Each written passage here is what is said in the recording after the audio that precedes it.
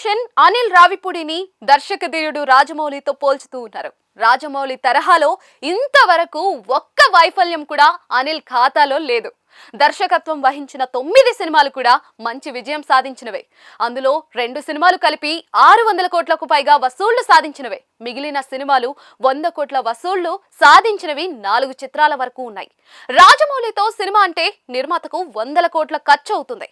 Pan India image ఉన్న కథలు తెరకెక్కిస్తారు కాబట్టి ఆ మాత్రం ఖర్చు తప్పదు. కానీ అనిల్ రావిపూడి సినిమాలు 50 కోట్లలోనే పూర్తి చేసి 100 కోట్ల లాభాలు చూపించడం మాత్రం అతడికే సాధ్యం. రీజనల్ సినిమా కావాలంటే అనిల్తో, పాన్ ఇండియా విజయం కావాలంటే రాజమౌళితోనూ ముందుకెళ్తే సరి. ఇలా ఇద్దరి మధ్య పోలిక పర్ఫెక్ట్.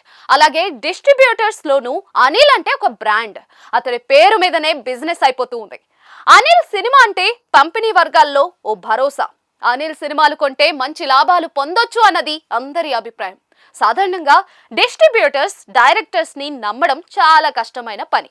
హీరో ఇమేజ్ ఆధారంగా సినిమాలు కొంటూ ఉంటారు. కానీ డైరెక్టర్ ని నమ్మి కొంటే ఊహించని లాభాలు చూడొచ్చు అన్న భరోసా తొలుత కల్పించింది మాత్రం పూరి జగన్నాథే.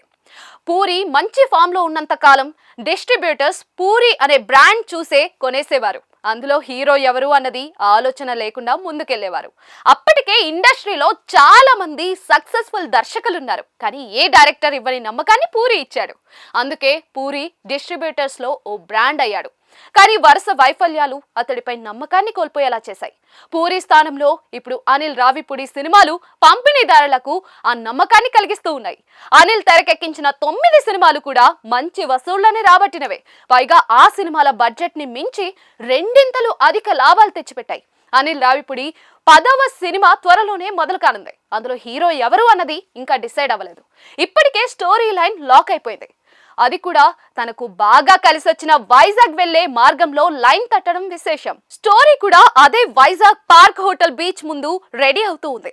అనిల్ రాసిన పాత్రకు ఏ హీరో సెట్ అయితే ఆ హీరోతోనే ముందుకెళ్తారు.